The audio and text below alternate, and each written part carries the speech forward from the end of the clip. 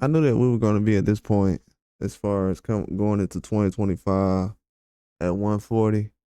It was a lot of guys that could suffer some losses in 2024 with Gary Antoine Russell, Sabril Matias. Not so much Dalton Smith, who hasn't faced any defeats yet, but he's still a guy that's hanging around that compete at 140 that can do some damage. Um, I think that him, a couple of other names too as well, Jermaine Ortiz. These are guys who are dark horses at 140. It's gonna be a lot of guys that really not gonna be able to hang on to a spot just because of the styles. Styles are gonna match up very well at that weight class. As we've seen, Puello, the way his style matched up against Gary Antoine Russell, it was a disaster. The experience took over, and we seen that he wasn't able to keep up and adjust. He couldn't counter a lot of things, and he was behind the whole fight, and it caused a lot of issues. And that's why he ended up suffering the loss. He's trying to bounce back right now, clean up a couple of things, gain some experience from the experience he's had already, and basically learn his lessons and clean up the mistakes. But as far as Sabril Matias, he had some similar issues as well, but his was a lot more as far as the aggression. Um, didn't really let his hands go as much. The punch that he could rely on didn't really rely on it as much. Didn't set up a lot of different things. Waited too late to get started in the fight. So he had similar issues to what Gary Antoine Russell did.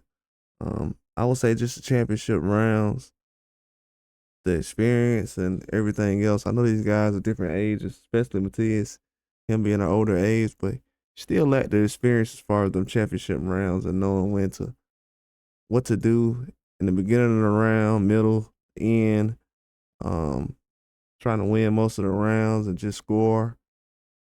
Just had a lack of knowledge in that fight and wasn't really able to press forward like he should have.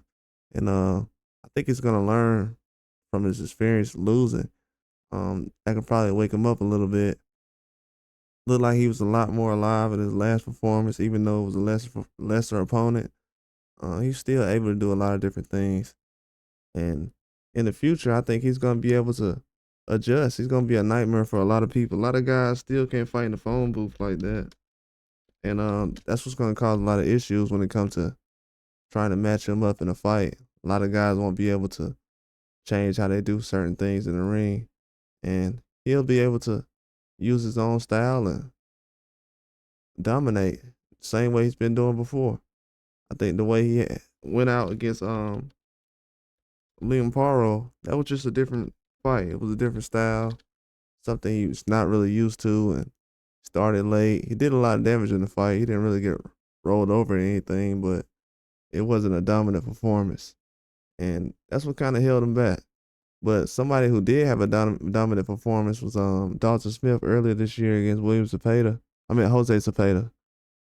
Excuse me, Jose Zepeda at 140, and Zepeda was doing a good job in his last fight that he had, and he's not a bad guy. He actually knocked out Ivan Redcash in the second round after getting stopped by Dawson Smith and losing to Richardson Hitchens. If you look at those two guys' last performances, those guys are dangerous.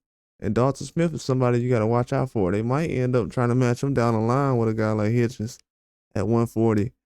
That could be a good in-house fight that can be made. He's a huge threat.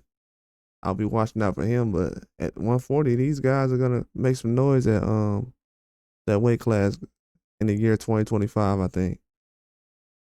Don't know if it's gonna be just huge matchups, huge fights, but I can definitely see some things happening. But that's all I got. Like and subscribe.